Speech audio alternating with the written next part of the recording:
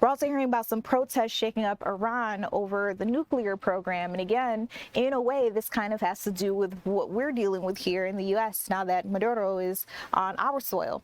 So what we're hearing about the protests is they have been widening out in Iran, and it's all about the ailing economy and putting new pressure on its theocracy. So out in Iran, they're still reeling from a 12-day war launched by Israel in June, in which we saw the U.S. bomb nuclear sites in Iran. And economic pressure has been intensified ever since September by the return of the United Nations sanctions on the country over its atomic program.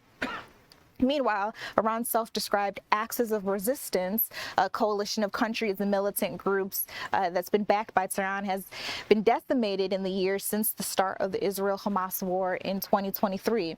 And a new threat by U.S. President Donald Trump has warned Iran that if they violently kill peaceful protesters, that the U.S. will come to their rescue.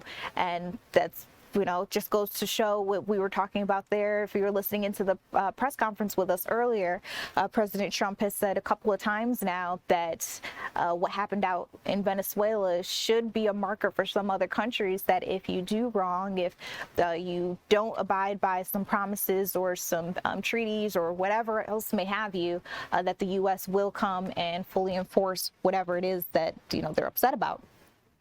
So the demonstrations, let me just explain to you how widespread they are, because there are so many protests. They're happening in over 170 locations in 25 of Iran's 31 provinces. That has been reported by the U.S.-based human rights activist news agency. The death toll has reached at least 15 people, and there have been at least 580 arrests, maybe more at this point in time. The group has been accurate in past unrest, so we're thinking that the numbers that they have reported as of early this morning are correct. And why the demonstration started? Again, this is just the collapse from the widening economic crisis in Iran. Prices are up on meat, rice, other staples that are really important to the Iranian dinner table. The nation has been struggling with annual inflation rate of some 40%. And so this is not just the nuclear program, but also the economy. A lot of it's at stake, and people are upset. And they, say that they don't want this anymore.